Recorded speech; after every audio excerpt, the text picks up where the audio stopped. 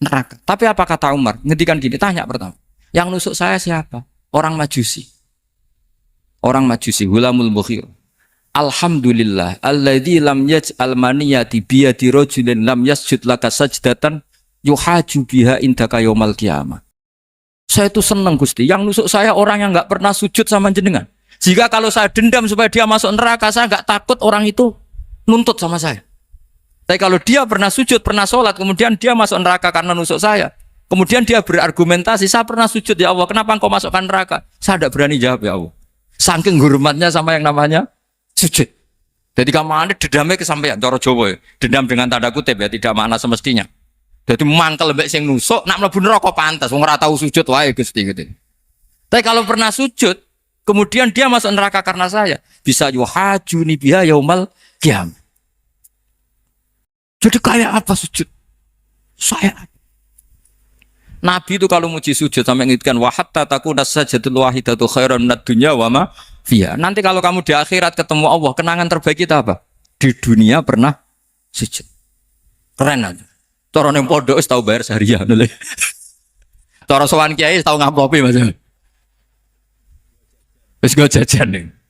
Nah tapi kadang setan itu masuk tadi. Apa artinya sujud gak mesti ditompo, apa artinya sowan Habib ngaturi ra mesti ditompo, ngaturi kiai. Akhirnya ada ketakutan. Nah kalau ketakutan ini berlebihan lama-lama, ma faidatus sujud. Wah itu sudah buruk sekali wong hamba kok tanya ma faidatus sujud. Nah ini di pentingnya mazhab-mazhab Syadzili. Jadi saya ngaji agak-agak uraan wa amdan. Kalau ini watak sudah bukan. Jadi uraan itu ada dua. Ada yang amdan bismil ilm, ilmunya banyak terus milih manhaj. Insya Allah saya partai itu. Nah, ada yang uraan bakat Mas. Ada ya? Ada apa banyak? Nah sebetulnya khauf juga gitu Bim. Ada khauf itu karena ilm. Ada Habib alim alama atau kiai alim alama, dia tahu masyarakat kalau ngikuti Gus Bak nanti jadi fakhr, kurang tawaduk, terus dia milih partai khauf. Lah yang buruk itu ada kiai yang milih khauf pancen dari awalnya sati cilik. Jenisnya wis sati. Jadi sebenarnya dia tidak cukup ilmunya nerangkan khauf, cuma jenisnya wis sati cilik. Wong ning omah lawang dikunci, ono gludak-gludak, ono hantu putih. Jadi ya sama, yang bawa rojak bisa bawaan dablek, yang bawa khauf bisa saja bawaan ati cilik. Nah kita ingin yang bawa rojak ya bismil ilm, yang bawa khauf juga bismil ilm. Ya ono teh Mas, wong sing ati gede, pegane dua blek, tapi enggak bawaan rojak, memang bawaan dablek. Ada yang ati cilik tapi bawaan khauf. Jadi mengatakan khauf tapi sebetulnya bawaan ati cilik. Nah kita inginnya ndak. Kalau rojak ya bismillah kayak Abdul Hasan Asyadzili. Kalau yang kampanye khauf kayak Said Abdul Haddad bawaan apa? Sehingga kita ini kul inni ala bayyinatin mir rabbi. Semua itu berdasar ilmu sing jelas welo-welo. Makanya semua nabi memaklumatkan apa? Kul inni ala bayyinatin mir rabbi. Jadi semua ilmu syaratnya apa? Bayyinah. Bayyinah itu kebenaran ilmiah sing jelas welo-welo. Makanya itu yang disebut Allah Subhanahu wa taala mensifati kekasihnya yaitu Nabi Muhammad SAW, lam yakunil ladzina kafaru min ahlil kitabi wal musyrikina munfakkina hatta ta'tiyahumul bayyinah rasulun minallah yatslu suhufan mutahharah. Niku Kanjeng Nabi saking cerdase meneh dek wong Islam, wong musyrik, wong kafir ngerti logika yang dibangun Nabi saja kuat infikak dari kemusyrikannya. Makanya disebut munfakin. Orang-orang musyrik, orang-orang kafir tidak munfakin, tidak tercerabut dari akar akidahnya hatta ta'tiyahumul ya. Bayyinah itu siapa? Rasulun minallah yatslu suhufan mutahharah. Masyhur itu debatnya Nabi dengan orang-orang musyrik. Mereka bilang, "Ya Muhammad, kita ini urusannya banyak, kasusnya banyak. Lalu Anda mengajarkan ke Tuhan satu. Masa urusan banyak cukup Tuhan satu? Itu enggak fair Muhammad. Aja'alal alihata ilaha wahida inna hadza la syai'un ujab." Urusan kita banyak, masyakil kita banyak, muskilah kita banyak. Kalau Tuhannya satu tidak cukup Muhammad. Nabi dengan santainya memberi penjelasan. Ya sudah gini saja. Kalau kamu jadi budak atau pembantu, majikan kamu banyak. Semuanya merintahkan kamu, semuanya bikin aturan untuk kamu. Kamu suka enggak? Ya enggak suka Muhammad. Kalau majikan kita banyak, repot. Ya sudah, Tuhan kamu itu majikan kamu. Kalau banyak perintahnya beda-beda, kamu pusing. Ya udah Mat, Tuhannya satu aja Mat. Karena Nabi bayyinah, orang itu bisa dibalik-balik pikirannya. Dan makanya disebut daraballahu masalah rajulan fihi syuraka'u mutasyakisuna wa rajulan salamal lirajul hal astawiyani masalah alhamdulillah. Jadi Nabi itu kalau adu argumentasi itu luar biasa. Jadi gampang itu Nabi memberi apa? Argumentasi. Karena beliau adalah al-hujjatul balighah. Jadi Nabi itu gak pernah kalah. Pernah Nabi debat sama orang Yahudi. Muhammad, saya ini turunan Ibrahim. Kita ini Israel ya. Kita tahu Israel adalah turunan Nabi. Israel nama lain dari Yakub. Yakub bin Ishak bin Ibrahim. Padahal Yakub ini punya anak namanya Yahuda. Makanya Yahuda bin Yakub bin Ishak bin. Kita ini yang mirip Ibrahim. Bukan kamu. Tapi orang Yahudi itu gak hafal nasabnya. Sehingga mereka bilang, kita ini saking baiknya. Ibrahim saja pengikut kita. Terus digojlok oleh Nabi. Ibrahim itu buyute Yahuda. Makanya digojlok ha antum ha ula ihajatum fi malakum bi ilm falimatu hajuna fi ma laysa lakum bi ilm. Kita adu debat itu sudah ilmiah. Kenapa kamu menjadi tidak ilmiah? Kenapa Muhammad? Terus Allah menurunkan wa ma unzilatit Taurat wal Injilu illa min ba'di afala ta'qilun. Artinya gini, kalau Ibrahim dikatakan Ibrahim Yahudiyah, itu sama dengan saya berkali-kali podo karo sampean misalnya ngendikan Bazubair itu pengagumnya Gus Roji misalnya. Padahal Gus Roji bin Ubab bin Maimun bin Zubair. Misalnya Gus Roji bin Kiai Haji Ubab bin Kiai Haji Maimun bin Kiai Haji Zubair. Nah Ibrahim itu kan Yahuda bin Yakub bin Ishak bin Ibrahim. Terus mereka bilang Ibrahim itu pengikut Yahudi. Itu kan kebalik. Kayak Habib Hasan itu pengagum Habib Soleh. Kan Habib Hasan rohnya ini gimana ini sih mbahnya kok dianggap. Nah sehingga orang Yahudi ketika Nabi berdebat beda dengan Nabi Muhammad SAW. Ketika ditanya, kenapa kamu yakin agama tauhid? Millata abi. Karena ini agama nenek moyang saya. Millata abikum apa? Ibrahim. Jadi jelas. Akhirnya orang Yahudi ngerti. Ya kan sama dengan mengatakan tadi Pak Karno itu pengagum Puan Maharani. Kan aneh gak kalimat itu? Mbah Hasyim Asy'ari itu pengagum Gus Dur. Gak lucu. Itu debat. Jadi Nabi itu orang yang bayinah. Bayinah itu kalau menerangkan kebenaran itu bahkan orang kafir pun bisa infikak, bisa munfakin, tercerabut dari akar kekafir. Nabi itu mudah sekali merubah logika. Makanya di Quran sering ada kata aro'aitum. Karena memang tadi. Nah saya mohon apapun pilihan Anda rojak kayak Abdul Hasan Asy'adili tadi. Ketika orang resah sujudnya diterima apa enggak, sholatnya diterima apa enggak, beliau bisa berargumentasi betapa pentingnya sujud. Wes aja kowe iku kawula, tahu sujud itu keren. Saman bayangkan betapa malunya kita kalau kita ketemu Allah kemudian di dunia enggak pernah. Lho paribasane kula mlebu swarga lah iku isin. Mlebu swarga tapi ning donya ora tahu. Isin. Sama seperti kowe di guru, sak urip-uripmu ora tahu salam template isin. Kira-kira seperti, meskipun salam template ora penting. Ya ora penting toh, misalnya soleh salam template 50.000, duwe wis akeh ngono kan. Nama sakom penting kudu rokok. Itu bukan nilainya kok, betapa malunya kita. Saya dulu mau sarang, andai kan enggak pernah khidmah sama iya malu tenan sebagai apa? Santri. Makanya Sayyidina Umar ketika beliau dibunuh orang, itu pertanyaan pertama, dia pernah sujud enggak? Enggak pernah. Andai kan dia pernah sujud, maka saya enggak berani masukkan dia masuk neraka. Takutnya dia protes sama Allah, ya Allah saya pernah sujud kenapa harus di neraka? Atau Umar ditanya Allah gini, Umar, kowe ridho wong sing tau nyembah aku kemudian dia di neraka? Kayak apa? Jadi makanya Umar ketika wafat ngintikan alhamdulillah alladzi lam yaj'al maniyati biyadi rajulin lam yasjud laka sajdah. Ya jadi saya mohon sekali jadi majelis ini sebuah majelis mubarak, caranya tauhidnya dibenarin. Apa tauhidnya dibenarin? Jadi Allah itu adhaka wa abka, Allah itu al-hadi, Allah itu ar-razzaq. Sehingga Menteri Ekonomi mbok salah rumusnya lah wong tetep mangan. Mergo Allah itu ar-razzaq. Mbok negara dikelola keliru lah wong tetep mangan, wong Allah itu ar-razzaq. Kiai rada akeh sing di masalah. Tapi ya tetep agama ini jalan. Lho andai kan syaratnya agama ini kiai ini bener, wah ya repot. Kowe iso bayangno Mas Akom bener terus. Tapi agama ini berkali-kali coba di TV itu banyak nyun sewu, ada ustadz, ada kasus apa, ada kiai, kadang ada masalah hukum. Agama ini jatuh ndak? Tidak masalah. Padahal di TV sudah dinasionalkan kan, ada kiai terlibat kasus hukum atau ustadz tertangkap karena melakukan apa gitu. Tapi nggak ngefek, karena agama ini bisifillah wa biri ayatillah. Sama.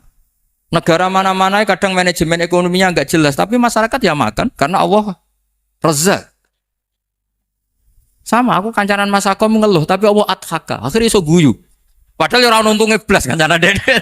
Tapi karena Allah itu adhaka. Nah kita dengan istri yang kita cintai, dengan keluarga, kadang nangis.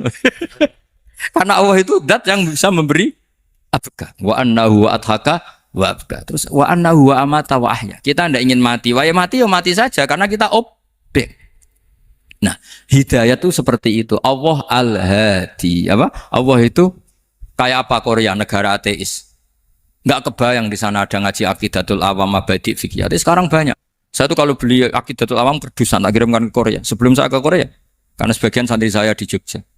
Di sana ada ngaji Aqidatul Awam, ngaji Takrib. Bahkan saya di sana dilakokna sa'duna fid dunya.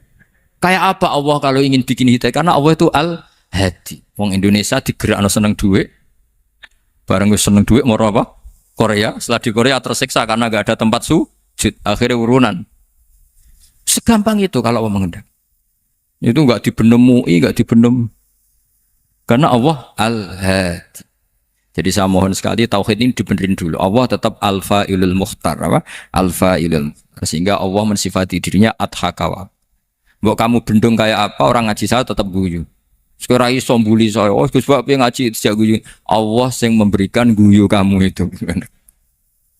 Andai kan sesuai status kamu, kowe ora ngarep guyu. Utang akeh, jatuh tempo, bojo ora percaya. Gede-gede ya, kayak paham. Nah, sehingga Rasulullah kalau kita meyakini syafaat Rasulullah SAW, itu cara berpikir harus kita balik. Misalnya begini. Wong Islam nakale ngono, penggaweane maksiat kok disafaati Kanjeng Nabi kurang penggawean. Caranya berpikir jangan gitu. Kalau gitu kayak mari mangkel, wong nakale ngono kok untuk syafaati Kanjeng. Tapi cara berpikir gini. Syafaatu Rasulillah itu wasi'ah, luas sekali. Syafaatu Rasulillah ghairu munhasirah, tidak terbatas. Syafaatu Rasulillah itu lebih sakti ketimbang dosanya umatnya. Semua ulama dulu kalau nyifati Allah juga gitu. Allahumma misalnya, maghfiratuka awsa'u min dzunubina. Ya, yang misalnya yang pakai mutakalim ya Allahumma maghfiratuka awsa'u min dzunubi wa rahmatuka arja inti min amali. Jadi jangan kitanya dulu. Kalau kitanya dulu kan nyifati kita dosa banyak. Itu sama ndak usah ngaku sudah tahu semua. Tapi nyifati pertamanya apa? Allahumma maghfiratuka awsa'u min dzunubi wa rahmatuka arja inti min. Sehingga dari nyifati maghfiratullah yang wasi'ah, yang tidak terbatas, kemudian kita sah mengatakan bahwa ahlul maksiat pun mungkin atau berhak dapat ampunan. Sama. Syafa'atu Rasulillah itu ghairu munhasirah. Syafa'atu Rasulillah itu wasi'ah. Sehingga sahlah riwayat syafa'ati li ahlil kabair min ummah. Itu bukan menyangkut melegalkan kabirah. Bukan menyangkut mengesahkan orang Islam dosa besar. Karena nanti dapat syafaatnya Rasul. Cara berpikir jangan gitu. Nanti kamu mentasjek memberanikan orang melakukan maksiat berdasar iktimat syafaati Rasulin. Itu jangan gitu, cara berpikir dibalik. Apa? Syafa'atu Rasulullah awsa'u wa awsa'u. Sangat lu. Sehingga saking luasnya sampai yang tukang maksiat saja kebagian. Sama, rahmatnya Allah Ta'ala itu wasi'ah. Rizkinya Allah ya wasi. Sampai wong nganggur ya iso mangan ngono. Lah begitu juga rahmati Allah Ta'ala itu wasi'ah. Sampai wong sing sumpek utange akeh ya iso guyu ngono.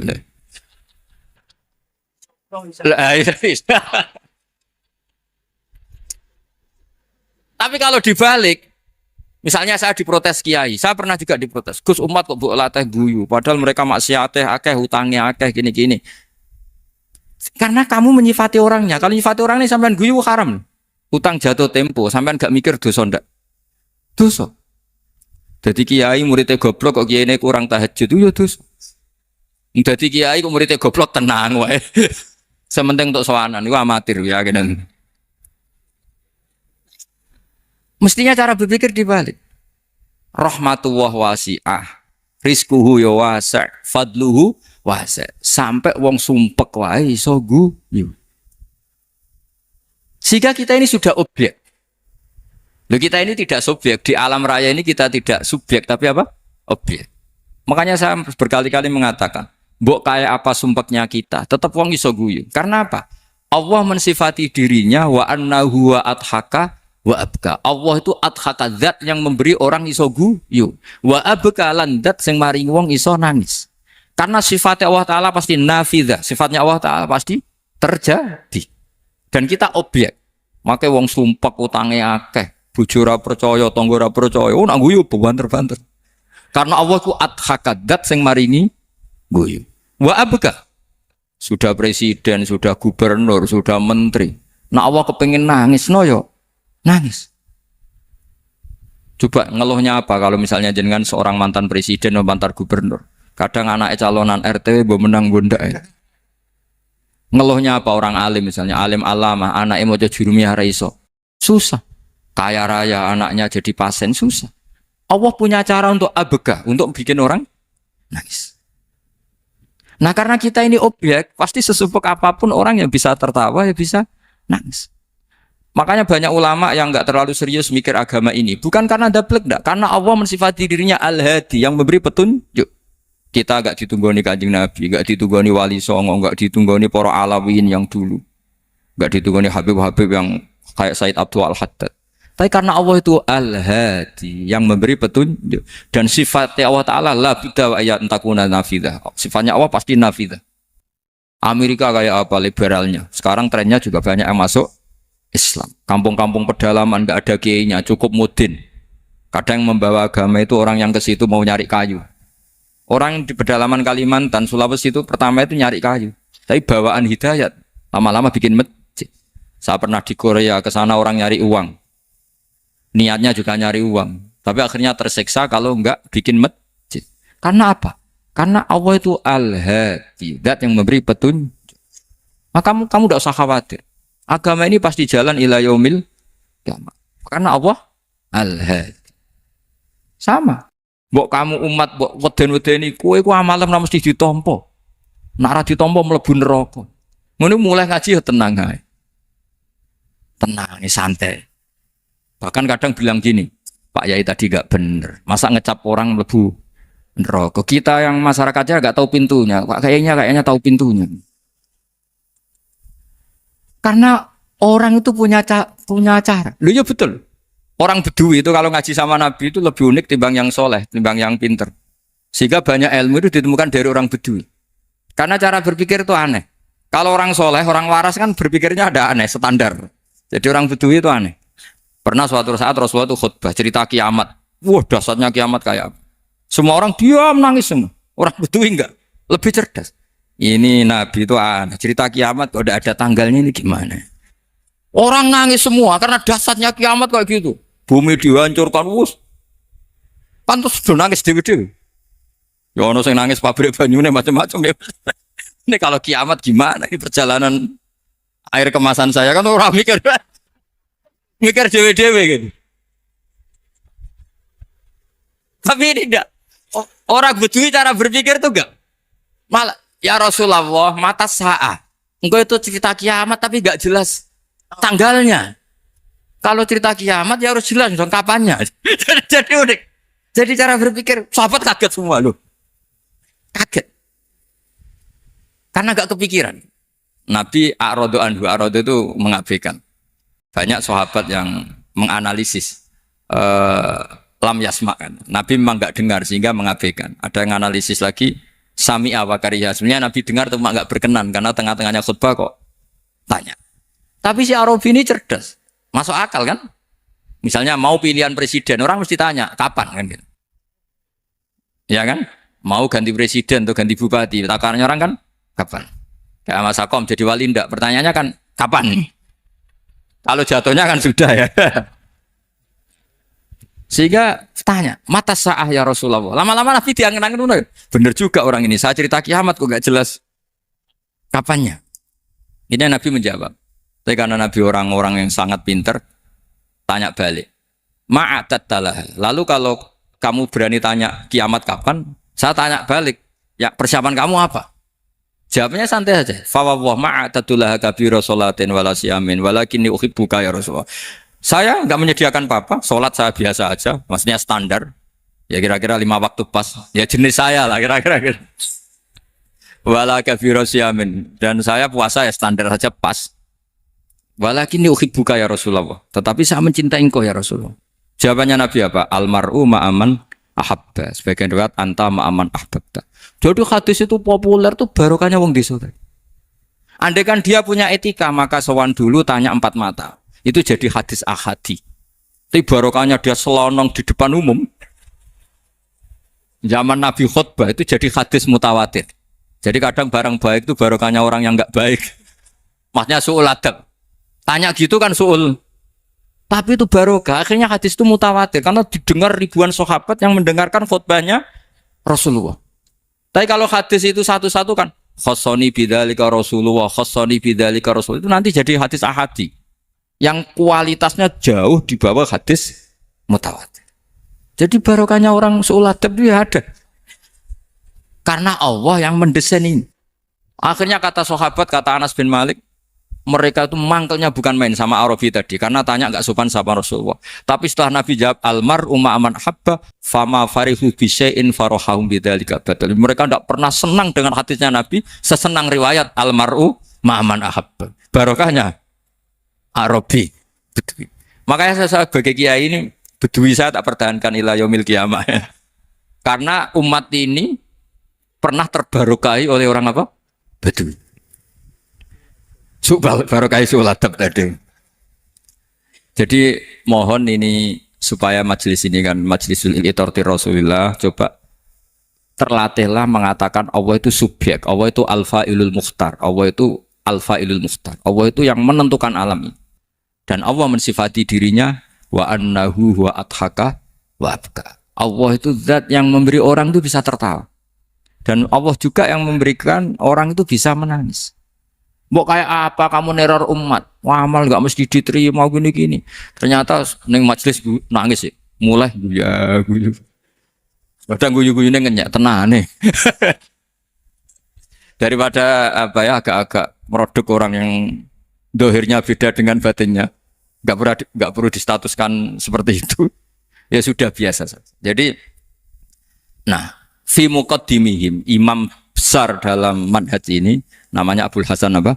Asyadili. Abul Hasan Asyadili itu kalau ada orang tanya gini, Beb saya ini susah, sholat saya tidak mesti diterima Allah gini-gini, marah. Enggak usah. Kafa bika jazaan an radiyaka laka ahlan. Sudah kamu ditakdir pernah sujud itu sudah keren. Saya itu andaikan dapat kabar dari malaikat, bahak sholat kamu tidak diterima, saya tidak susah. Bukan karena sombong. Pernah ditakdir sholat sujud ning Allah itu keren. Kayak apa malunya kita ketemu Allah kemudian kita di bumi tidak pernah sujud. Makanya cara Abul Hasan Asyadili kowe ora usah mikir salatem ditampa taro ora usah mbok mikir. Kowe ditakdir tau sujud tuh hebat. Kafa bika jazaan an radiyaka laka ahla. Cukup kamu mendapat balasan dari Allah, kamu pernah ditakdir sujud. Gak perlu ngaji alim alamas, gowo sawi ngalor kidul jalalain keren. Paling gak malaikat pernah melihat kamu, wah gowo tak kitab kuwedi. Gak penting pahammu gak penting. Karena isra bakat paham teman. Jadi Abul Hasan Asyadili adalah orang yang dan itu Al-Hasani ya, dan itu Al-Hasani. Makanya macam-macam kita yang Al-Husaini sudah kita punya Faqih Muqaddam, punya banyak. Di Al-Hasani yang paling populer diantaranya adalah Abul Hasan Asyadili. Beliau tuh kalau ngendikan sesuatu itu positif terus. Termasuk itu ketika ada orang resah sholat saya diterima ndak, kata beliau, wes gue sing support nak, ditakdir tahu sujud. Saya itu sebetulnya kadang-kadang nyewiris, wes sholatku tompo tau, tapi saya sangat sadili, sangat sadili. Saya nggak pernah berdoa ya Allah ibadah kami jenengan terima ndak, karena takut kalau doa gitu keterusan itu terus ditompo ora, akhirnya keterusan gitu, akhirnya ngenes. Masa orang pernah sujud ngenes? Lama-lama gini setan masuk. Apa artinya saya sujud ternyata gak diterima? Lu wong kawula kok iskal tentang pernah sujud. Itu kan ibarat gini, kamu ngasih uang sama orang tua kamu, misalnya Habib Soleh ngasih uang Habib Ali, terus Apa artinya tak kasih, kemudian beliau tidak terima kasih, itu kan lucu. Terima kasih, tidak terima kasih, seorang anak ngasih orang tua itu keren. Makanya saya bangga dengan Habib Soleh ketika beliau mengumrohkan Habib Ali, sudah mendaftarkan haji Habib Ali. Gak usah mikir diterima apa enggak. Wes keren, itu sudah perilaku yang keren, yang hebat. Tapi ngeten kayak kalau pesan karena Habib Soleh mulai kecil sama saya, sama-sama ngaji di Mbah Mun. Orientasi terbaik saking sunnah nabawiyah, gini ku keberlangsungan. Terus kalau sering belajar tentang kitab-kitab samawi, kitab-kitab sing diriwayataken beberapa ulama ahli kitab, sing pun disaken kalian ashabu Rasulillah sallallahu alaihi wasallam. Niku riyen Nabi Ibrahim niku pertama dadi Khalilur Rahman. Kekasih Allah Khalilur Rahman. Niku mergi piyambake nu tersiksa protes. Terus kadang tiang saya ini kudu protes. Tapi protes bukan kita demo. Protes itu tidak harus demo, protes. Ya Allah, dunia ini tidak fair. Engkau yang Tuhan, engkau zat yang begitu penting, engkau zat yang menciptakan langit dan bumi, engkau zat yang memberi rizki, yang bikin air, bikin oksigen, semua kebutuhan manusia, kemudian mereka tidak kenal engkau. Ini tidak fair. Jadi beliau itu tiap malam itu ngumpat. Ini enggak fair dunia ini. Engkau yang begitu penting pencipta langit bumi, engkau begitu penting yang menciptakan air, menciptakan kebutuhan manusia, kemudian mereka tidak kenal engkau, ini enggak fair. Ini enggak benar. Jadi sering marah. Karena sampean enggak bisa bayangkan kan apapun hebatnya presiden atau menteri atau rektor atau kiai itu nang desa enggak dikenali statusnya diundang lek apa ning dilek itu gak keren blas. Karena ya sama kan, misalnya Habib Soleh Alatos muridnya Said Umar punya Mbah Mun terus nang desa diundang pening dilek itu kan gak keren blas. Awal dari keren tetap dikenal. Nah kemudian orang itu tidak kenal Allah. Makanya terus beliau sujud berkali-kali, ya Allah, sama siapa munajatnya beliau. Innahu la yahzununi alla ara ahadan fil ardi ya'buduka ghairi. Jadi cara Kiai Sarang namanya innahu sak temene kelakuan la yahzunu yektene nyusano ni ing ingsun, nyusano banget karena pakai lam taukid. Innahu sak temene kelakuan la yahzunu yektene nyusano banget ni ing ingsun. Apa sing nyusano an? Apa sedene kelakuan la ora ningali ingsun fil ardi ing dalam bumi. Ahad dan ing wong suwiji ya'budu kang nyembah sapa ahad ka ing panjenengan ghairi saliyane ingsun. Ya Allah, sungguh saya sangat susah. Karena engkau zat yang begitu penting, kemudian yang tahu kalau engkau Tuhan itu hanya saya.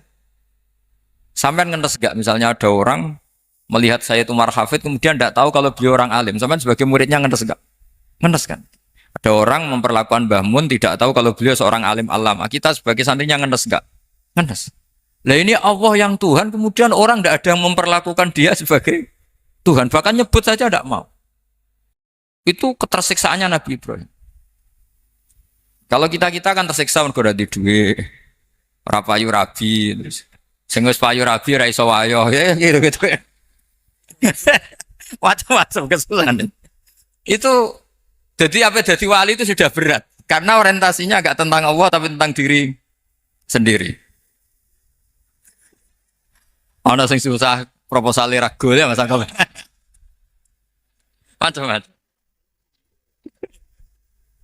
Artinya Nabi Ibrahim itu orang yang benar-benar Khalil Rahman.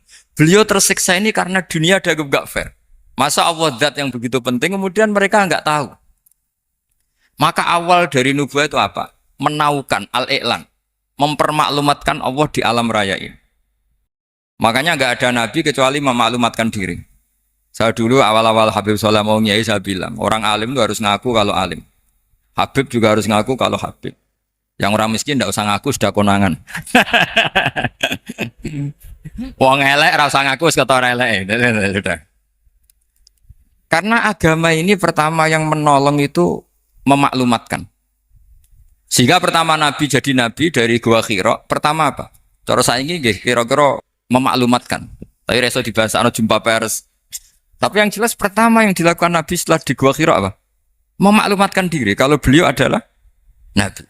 Sehingga dikumpulkan semua, terus beliau memaklumatkan diri kalau saya ini Nabi. Karena nggak ada artinya Allah kalau tidak dimaklumatkan. Terus makanya di Quran itu kalau menyebut Allah atau menyebut kebenaran selalu dimulai dengan kata fa'lam. Harus dingertikan. Kita ngerti kemudian mengertikan ke orang lain. Makanya saya sering dulu bilang ke Habib Soleh, nggak boleh orang soleh menyembunyikan diri. Karena nanti kalau orang